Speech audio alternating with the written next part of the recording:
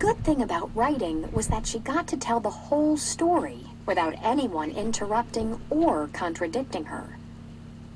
Kit was pleased with her article when it was finished. It explained exactly what had happened and how the teacup was broken.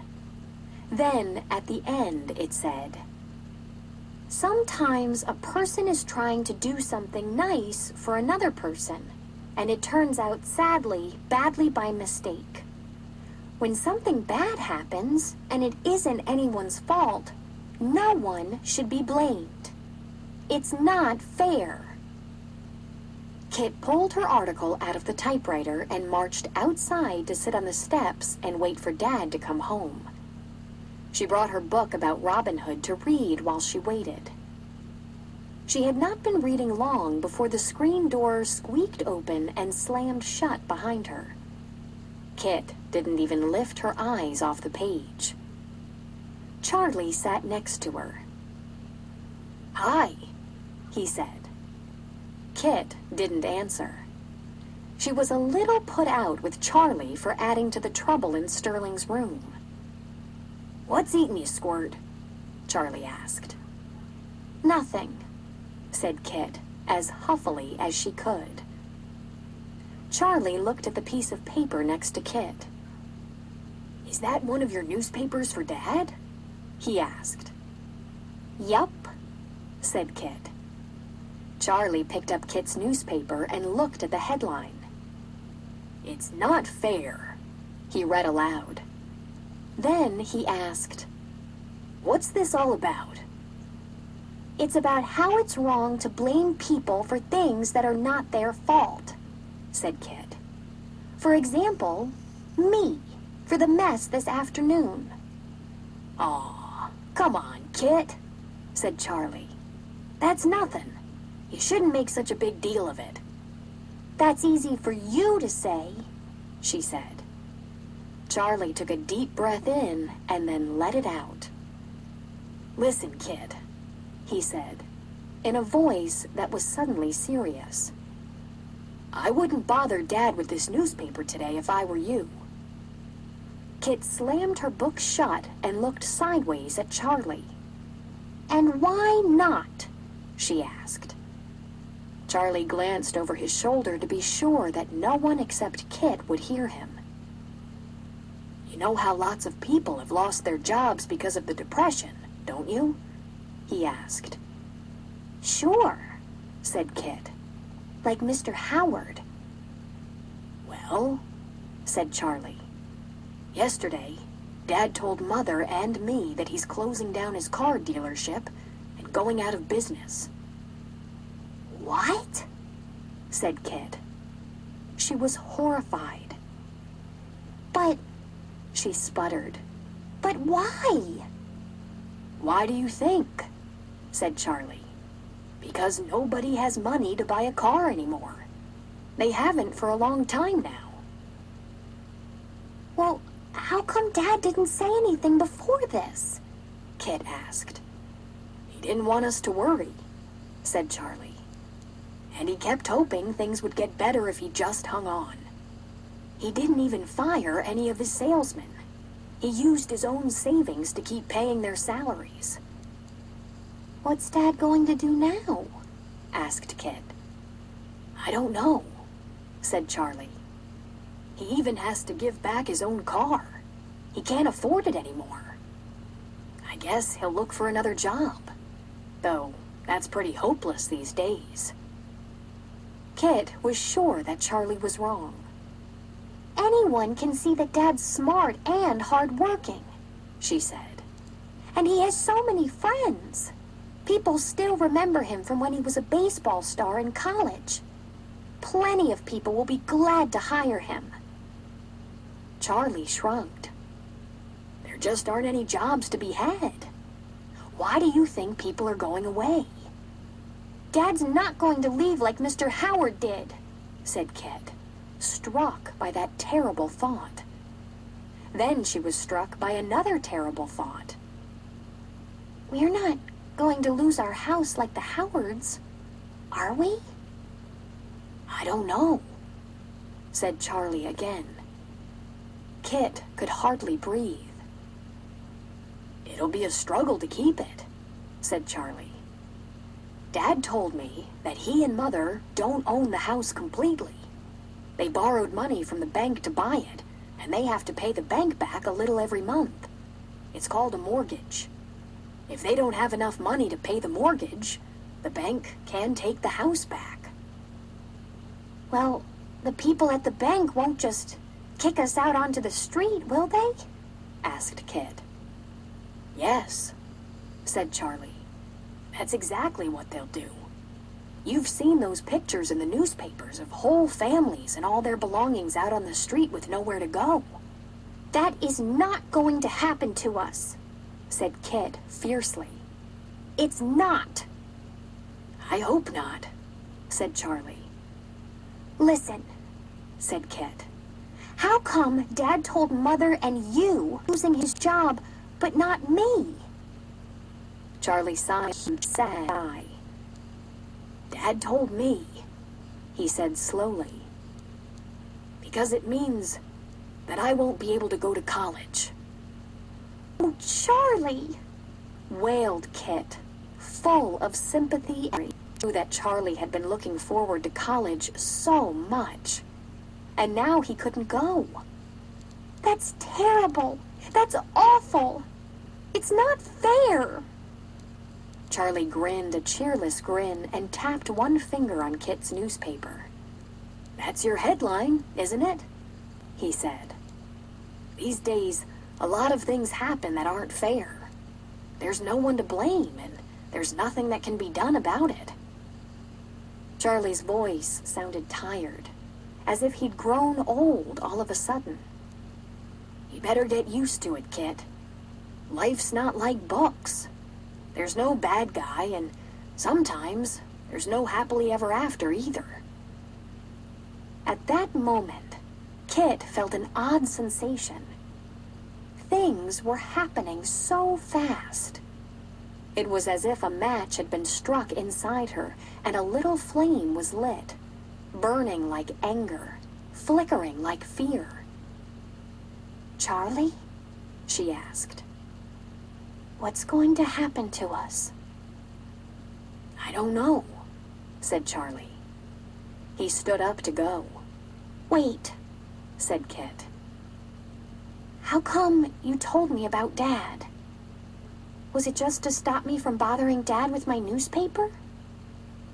"No," said Charlie. "No, I told you because..." He paused. "Because you're part of this family. And I figured you deserved to know." "Thanks, Charlie," said Kit. She was grateful to Charlie for treating her like a grown-up. "I'm glad you told me," she said. "Even though I wish none of it were true." "Me too," said Charlie. "Me too." After Charlie left, Kit sat on the step thinking. No wonder Dad hadn't been happy about the Howards coming to stay. He must have been worried about more mouths to feed. And no wonder Mother had been short-tempered today. When she said that even though it was nobody's fault, they were still in a mess, she must have been thinking of Dad. It wasn't his fault that they'd fallen into the terrible, slippery hole of the Depression. And yet, it surely seemed as though they had. Just like the Howards. Just like the kids at school. Just like the people she'd read about in the newspaper. The sun was setting, but it was still very hot outside. The air was so humid, the whole world looked blurry. Then, all too clearly, Kit saw a terrible sight. It was Dad. He was walking home. He didn't see Kit yet, but she could see that he looked hot and tired. There was a discouraged droop to his shoulders that Kit had never seen before. It made Kit's heart twist with sorrow.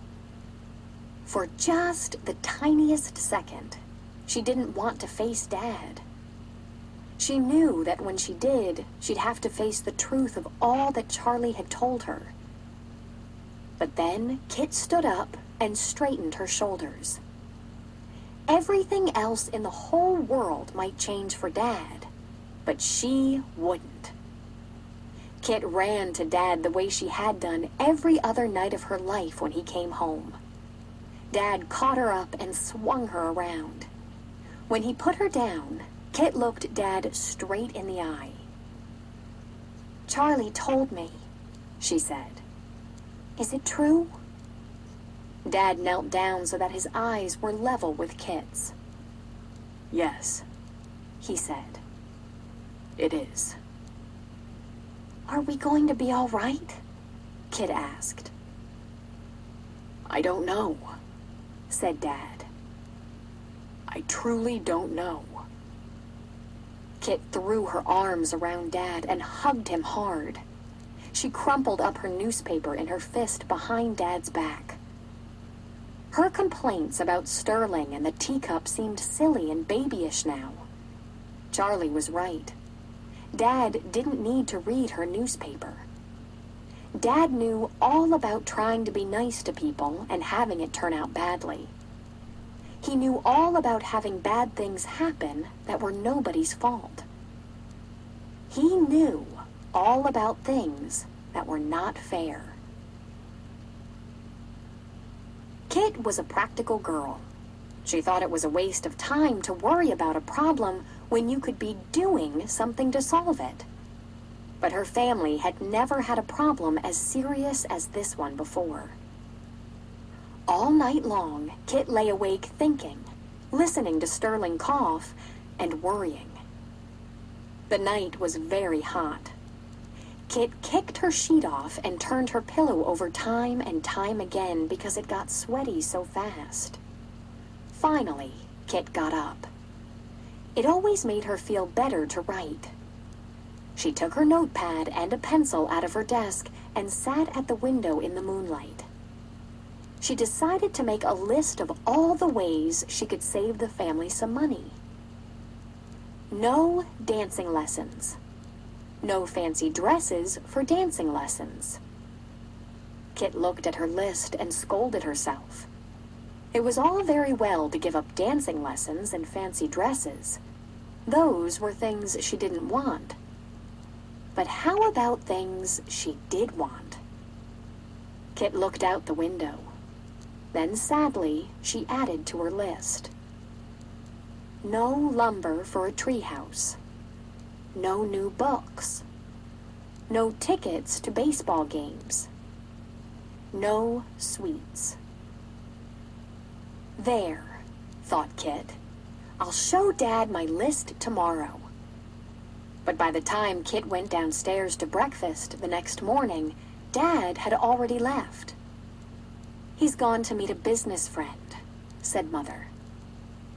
"It'd be great if his friend offered Dad a job, wouldn't it?" said Kit. "Yes," said Mother. "It would." She smiled, but it wasn't one of her real smiles. Kit felt all restless and jumpy.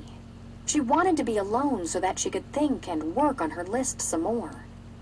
She wandered around the yard for a while before she found a good hideaway under the back porch. No one will find me here, she thought. But she hadn't been hidden long before Ruthie crawled in next to her. "How do you always find me?" asked Kit. Ruthie shrugged. "It's easy," she said. "I just think where I'd be if I were you, and that's where you are. Why are you hiding, by the way?" "My dad lost his job," said Kit. "Oh," said Ruthie softly. "That's too bad. I'm sorry." The girls sat together in silence for a minute. That was a good thing about Ruthie. She'd sit and think with Kit. She didn't need to talk all the time. "What are you going to do?" Ruthie asked at last. Kit handed Ruthie her list. "These are ways I can help save money," she said. Ruthie read the list. "These are good," she said. "These'll help." But her voice sounded doubtful. Kit sighed. "The truth is, I've just never given money much thought before," she said. "I know," said Ruthie. "Me neither." Kit understood that when Dad sold a car, people gave him money. Dad gave some of the money to Mother. She used it to buy food and clothes and to pay the electric bill and the iceman and to get things for the house. Once a month, Dad paid the bank $25, which, as Charlie had explained, was part of the money that Dad and Mother owed the bank because they'd borrowed it when they bought the house. If there was any money left over after everything was paid, Dad put it in his savings account at the bank. "Without Dad's job," said Kit to Ruthie, "there won't be any more money coming in. And Charlie said that Dad used up most of his savings to pay his men as long as he could. So soon, there won't be any money. What will we in?" "I've read lots of books about people who have no money," said Ruthie. "Me too," said Kit. "But most of them lived on farms or in a forest where they could at least get nuts and berries. We live in Cincinnati. How will we get food when our money is gone? Will we move to a farm?" "I don't think your mother would like that," said Ruthie. "No," sighed Kit. "Besides, none of us knows anything about farming." Ruthie scratched her knee. "I think," she said slowly, "we're going to have to hope that your dad gets another job." "Yep," said Kit. "Maybe today." She looked at Ruthie. What a great headline that would be.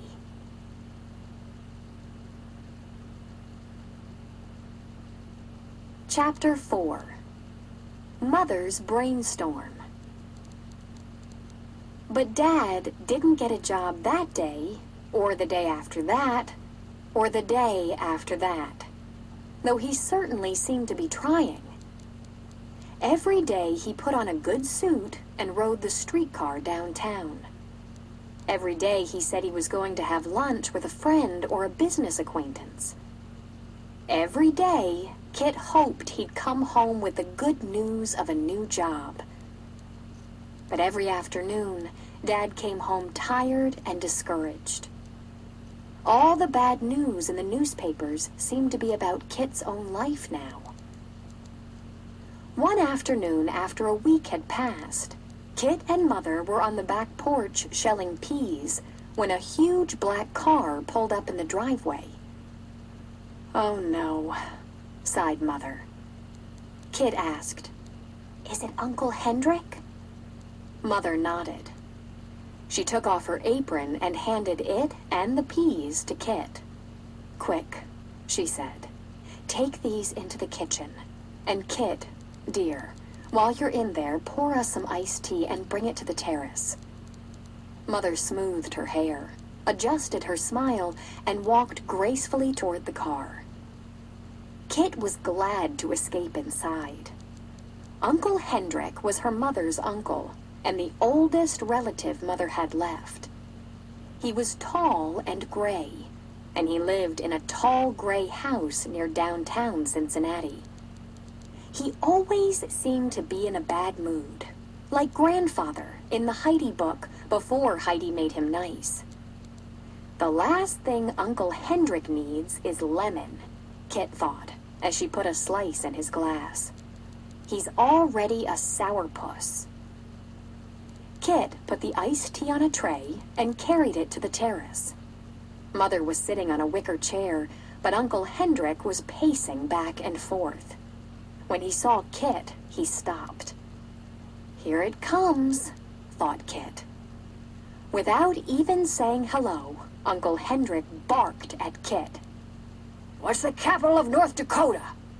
Bismarck, answered Kit. She was used to such questions from Uncle Hendrik. If he wasn't asking her about capitals, he was asking her multiplication facts. Worst of all were his word problems. I have 2 bushels of Brussels sprouts I'm selling for 5 cents a peck, he said now. How much do you pay me? Kit put the tray on the table to gain some time. She could never keep bushels and pecks straight. And who wants 2 bushels of Brussels sprouts anyway? She thought. 50 cents? She guessed. Wrong, said Uncle Hendrik. You may go. Mother gave Kit a sympathetic look. But Kit felt sorrier for Mother than she did for herself. She went inside, but she stayed in the dining room where she could hear everything they said. Margaret, Uncle Hendrik sighed. Didn't I tell you and Jack what a mistake it was to sink all your money into that car dealership? If you 2 had listened to me, you would not be in the fix you are in now. And don't expect me to help you. I won't throw good money after bad. We'll be all right, Uncle, said Mother. I'm sure Jack will find a job soon. Humph! Snorted Uncle Hendrik. No, he will not. Not him, and not during these hard times. Kit realized that her fists were clenched. Ooh! She wanted to run out onto the terrace and punch Uncle Hendrik. She hated it when he spoke about Dad that way. But Mother didn't say anything. And what will you do in the meantime? Uncle Hendrik continued. You should sell this house right away. Though who'd buy it, I can't imagine. Such foolish extravagance to buy it in the first place. You must owe the bank thousands of dollars. This is our home, Uncle, Kit heard Mother say. We'll do whatever we can to keep it. Indeed, said Uncle Hendrik. And what might that be, if I may ask? Mother didn't answer. Just as I thought, said Uncle Hendrik smugly. You haven't any idea. There's nothing you can do. Well, said Mother, we could take in boarders, paying guests. Kit felt as surprised as Uncle Hendrik sounded. Boarders? He gasped. Yes, said Mother. It's perfectly respectable. We'll take in teachers or nurses from the hospital. Gosh, thought Kit. Would you listen to Mother? But Uncle Hendrik had evidently heard enough. Well, he said, all I can say is that if my sister dear could see you now, it would break her heart. With that, Uncle Hendrik strode back to his car and drove away. Kit ventured Aris. Are we really going to take in boarders? Mother smiled, and this time it was one of her real smiles that made Kit feel like smiling too. I surprised myself by saying that, said Mother. I'm afraid I just wanted to shock Uncle Hendrik, but I rather like the idea. Mother laughed. Yes, she said. I like the idea a lot. It was a brainstorm. What's Dad going to say? Asked Kit. That, said Mother, is a good question. Kit was not at all sure that she liked Mother's brainstorm. She wasn't crazy about the idea of strangers living in their house, especially considering the way Sterling had turned out. Kit could tell that Dad didn't like the idea either. Mother had first presented the idea to him in private, of course, before she spoke about it again at dinner that evening. Mrs. Howard was serving Sterling his dinner up in their room. so only the family was at the table. "We have plenty of room," said Mother. "We should put it to use." "I don't think it's necessary," said Dad. "I'm making every effort to find a job. Meanwhile, this'll be a way for us to earn some money," said Mother. Dad sighed. "I hate the idea of you waiting on other people, especially in our own home." "We'll all chip in to help," answered Mother, in a way that made it clear that the question of taking in boarders was settled. Kit wasn't surprised. There was never any way to stop Mother once she'd made up her mind. "But where will the boarders stay?" asked Kit. "Charlie can move to the sleeping porch," said Mother, "and we can put someone in his room." "It's okay with me," said Charlie with a shrug. "Thank you, dear," said Mother. "I'm also planning to find 2 school teachers or nurses to share the guest room." Kit perked up. "Does that mean that Sterling and his mother will be leaving?" she asked. That'd be one good thing about Mother's plan, at least. "They'll stay," said Mother. "They'll be paying guests from now on." "But where will they stay?" asked Kit. Mother looked at Kit and said calmly, "Sterling and his mother will move into your room." "Mine?" asked Kit in a shocked, squeaky voice. "Yes," said Mother. "We need them. They've got to stay if we want to make enough money to pay the mortgage every month. I figured it out." "But, Mother," exclaimed Kit, "where will I sleep?" "I was thinking," said Mother briskly, "that you could move up to the attic. There's plenty of room up there." The attic, thought Kit indignantly. She was being exiled to the hot, stuffy attic so that Sniffle-Nose Sterling could move into her room with his hankies and his meals on trays and his Vicks Vapo-Rub. Oh! In Kit's mind, she saw her headline again, in letters that were 4 inches tall. "It's not fair." "But Kit," panted Ruthie, out of breath from climbing the stairs up to the attic, "you don't even like your room that much." It was the next day. Kit and Ruthie were inspecting the attic. It smelled of mothballs, and it was gloomy because the windows were so dusty that the sun couldn't shine through them. "You told me your room is too pink," Ruthie said. "Why are you so mad about moving out of it?" "Because it was mine," said Kit, knowing she sounded peevish. The fact that Ruthie was right, of course, just made Kit madder. "That room belonged to me, always, ever since I was a baby. And it just kills me to think that Sterling gets to have it. Why didn't he have to move up here?" "I guess because his mother is paying rent now," Ruthie, calmly. She looked around. "Not so bad." "It's like the attic that Sarah Crew had to move into after she lost all her money. You know, in The Little Princess."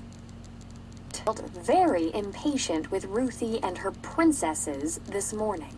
"Sarah Crew was transformed for her by that Indian guy," Kit said crossly. "Remember? He made it beautiful. He was practically magic about it." "Your mother's practically magic about making things beautiful, too," said Ruthie. "She'll help you up here, right?" "Right," said Kit. But she was dead wrong. That afternoon, while she was helping Mother make the beds, Kit asked her how they were going to fix up the attic. Mother said, "I don't have time to help you right now, dear. I'm far too busy getting the rooms ready for the boarders." Mother's arms were full of sheets for the rollaway cot, which was being moved into Kit's old room for Sterling to sleep on. "After you help me, why don't you just poke around up there?" she said. "See what you can find." Mother spoke in such a distracted manner that Kit's feelings were hurt. Mother had been so particular about every detail in Kit's pink room, but she didn't seem to give a hoot about Kit's attic. Kit climbed slowly up the stairs to the attic. She stood in the middle of the room and looked around at the lumpy, dusty piles that surrounded her.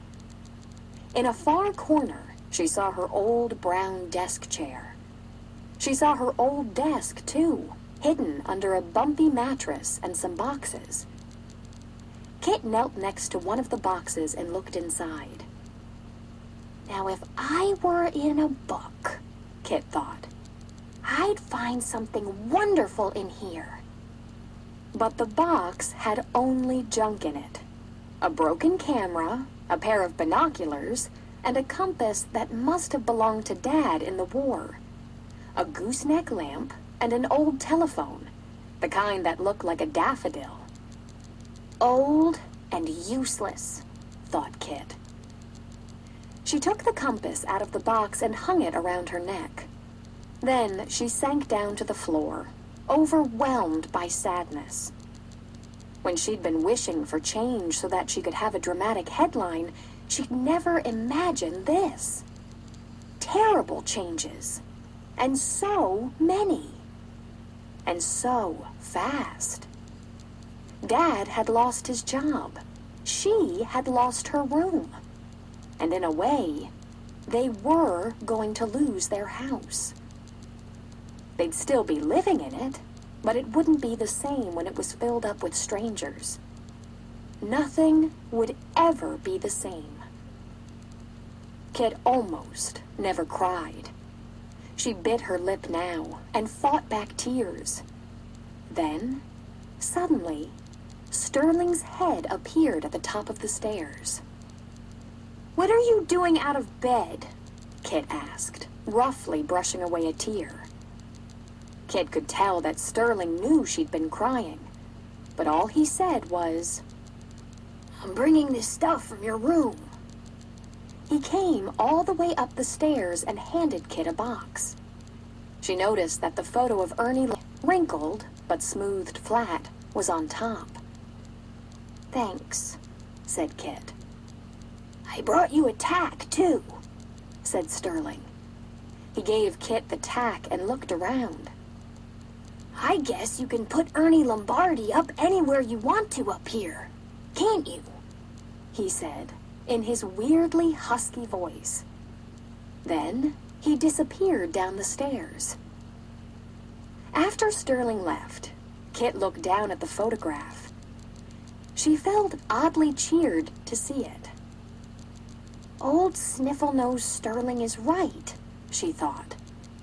I guess I can put anything anywhere I want up here. Kit looked around the long, narrow attic. The ceiling was steeply pitched. There were regular windows at each end of the room, and dormer windows that jutted out of the roof and made little pointy-roofed alcoves, each one about as wide as Kit was tall. The windows went almost all the way to the floor of the alcoves. Kit managed to open one of the heavy windows. She knelt down, stuck her head out, and came face to face with a leafy tree branch.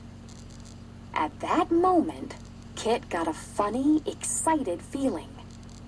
Suddenly, she knew what she wanted to do. For the few days, Kit was glad that no one seemed to care what she was up to up in the attic.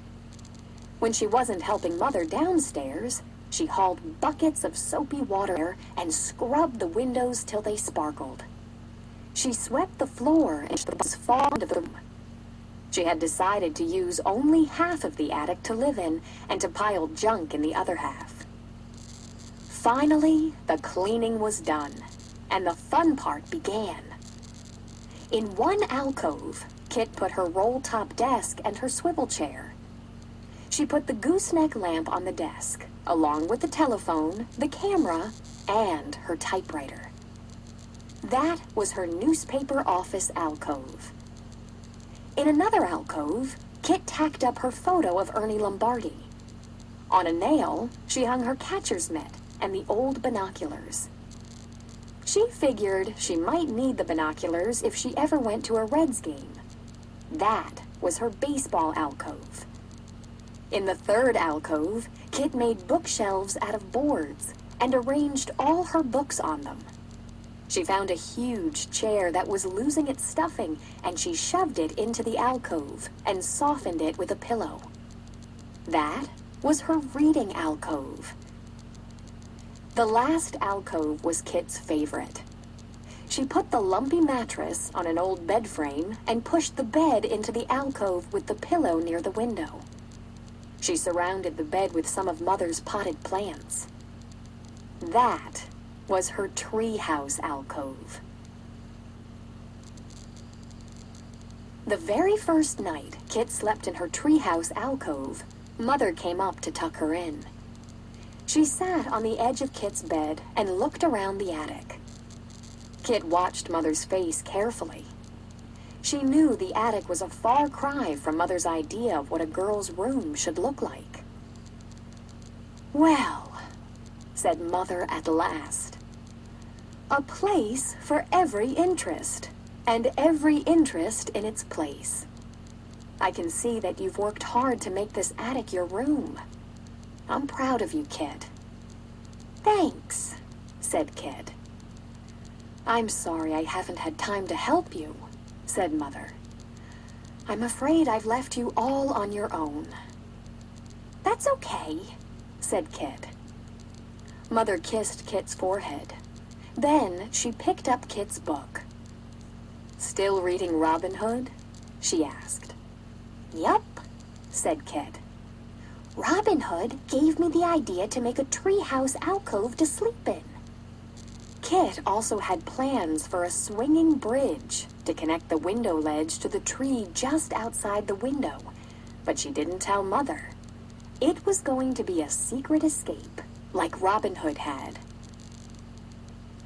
"Good old Robin Hood," said Mother. "Robbing the rich to give to the poor." Kit propped herself up on her elbows and looked at Mother. "Too bad there isn't any Robin Hood today," she said. "If rich people had to give some of their money to the poor, it would make the Depression better." "It would help," said Mother. "But I don't think it would end the Depression." "What will?" asked Kit. "I don't know," said Mother. "Lots of things, I suppose. People will have to work hard, use what they have, face challenges, stay hopeful." She looked around Kit's attic and smiled. "I guess they'll have to do sort of what you've done up here in your attic. They'll have to make changes and realize that changes can be good." Then she kissed Kit again.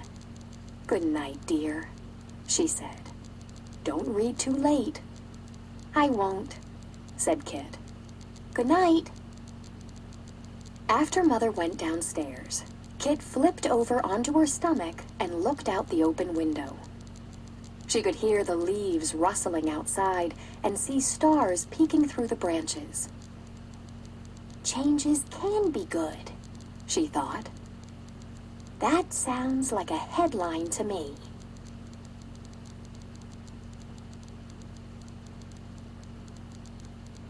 Looking back, America in 1934. When Kit's father closed his business, the Kittredges found themselves facing hard times that were shared by millions of Americans. In 1929, America had fallen into a financial crisis so serious that it came to be known as the Great Depression. Businesses and banks all across the country closed for lack of money. People lost their jobs and had no way to pay for the things they needed to live, such as groceries and rent. People found creative ways to cope with the hard times. They planted gardens and raised animals for food, recycled everything they could. To save money, many families moved in together. Others turned their homes into boarding houses, as Kit's family did. But as the Depression deepened, many people ended up homeless and started wandering America in search of food and jobs. There had been depressions in America's past, but none was as widespread and long-lasting as the Great Depression. Although the start of the Great Depression in 1929 took many Americans by surprise, the causes had been building for many years. The 1920s had been good years for American business. World War I, the Great War, ended in 1918, and American companies switched from making war supplies to making things like radios, toasters, and cars. Americans supported business growth by buying stock in the companies making these and other goods. A stock is a share of a company, and the stock market is a system in which people buy and sell shares. The stock market is an important measure of the health of America's financial system, or economy. People invest in stocks when they have confidence in the economy and believe they'll make money. For a time in the 1920s, stock values went up, and people did make lots of money. But some investors bought more stock than they could afford. They bought stock on credit, or with borrowed money. They believed their stock would increase in value. They planned to repay their loans when they sold their stock at a higher price. But the economy was getting out of balance as it grew. Business owners and investors were making huge profits, but the wages of working people didn't rise very fast. Many people went into debt buying everyday things on credit. Farmers were already in debt from years of struggling with drought and low crop prices. As people's debt grew, they stopped buying new things. Companies lost money, so they laid off workers. And then even fewer people could afford new things. Stocks were worth less and less. Confidence in the economy fell. Investors began to sell their stocks, but soon the stocks were worth so little that no one wanted to buy them.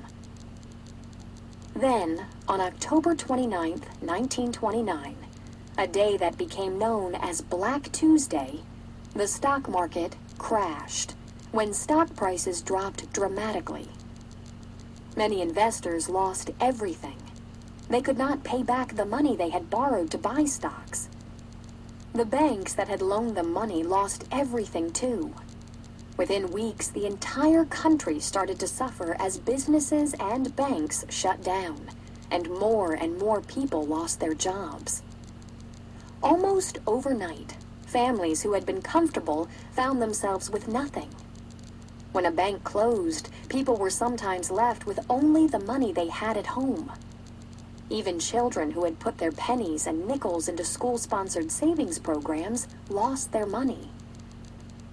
Many people had nowhere to help and were deeply ashamed to go on relief or to accept free meals in soup kitchens run by charities. For most, it was the first time they had to rely on charity. But with so many people in need, the charities soon ran out of money too. Families and neighbors helped one another as much as they could, but often there was not enough to go around. Like the Kittredges, some families did all right during the first few years of the Depression, but few escaped the hard times entirely. Many children suffered. One West Virginia teacher noticed a student having trouble paying attention during class. When the girl didn't eat at lunchtime, the teacher suggested that the girl run home to get her lunch. She couldn't, the girl replied, because it was Tuesday, her sister's day to eat.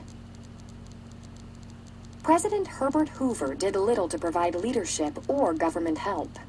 He believed that business, if left alone, would correct itself and the Depression would end. But as the hard times got worse, Many Americans lost confidence in the president and in the government. In the fall of 1930, the International Apple Shippers Association tried to help unemployed workers by selling them apples at $1.75 a crate. Selling the apples for 5 cents each, a seller could make $1.80 profit. Thousands of unemployed workers turned to apple selling.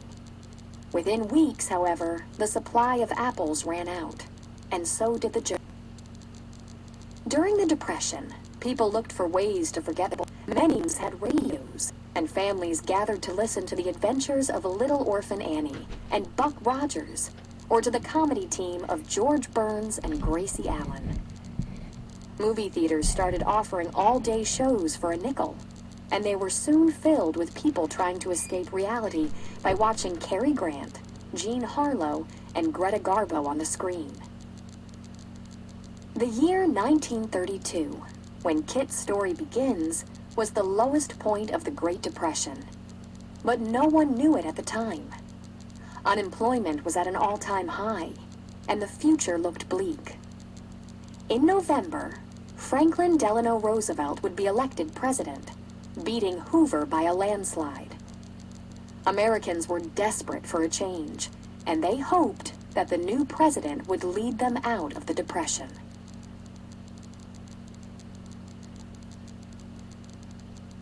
This ends Meet Kit. Kit learns a lesson, a school story. It's Thanksgiving, and Kit learns a surprising lesson about being thankful.